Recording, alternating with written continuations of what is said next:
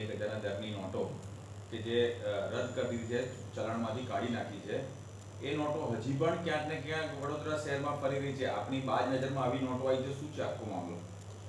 Zone 3ની જે એલસીબીની team છે એ શહેરમાં પેટ્રોલિંગમાં હતી અને તેમની પાસે એ બાતમી મળી કે શહેરમાં અમુક શખ્સ ફરી રહ્યા છે કે જે લોકો જૂની 2016ની નોટબંધી પછી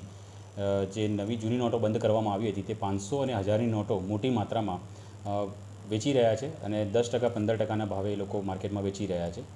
તો આ માહિતી મળતા અમે એક ડિકોય સેટ કર્યો અને અમારા જ માણસને અમે પાર્ટી બનાવીને મોકલી આપી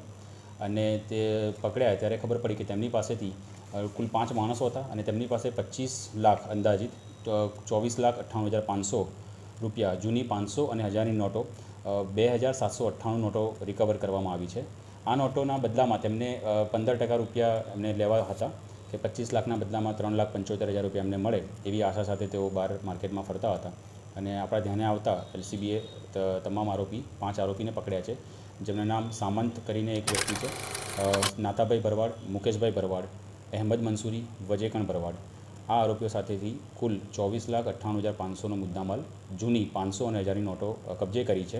અને bank note cessation of liability act 2017 હેઠળ કલમ નંબર 7નો ભંગ કરવા બદલનો ગુનો પણ દાખલ પાણીગેટ પોલીસ સ્ટેશનમાં કરવામાં આવ્યો છે. ત્યારબાદ આ કેસમાં વધારે તપાસ કરતાં એમને જે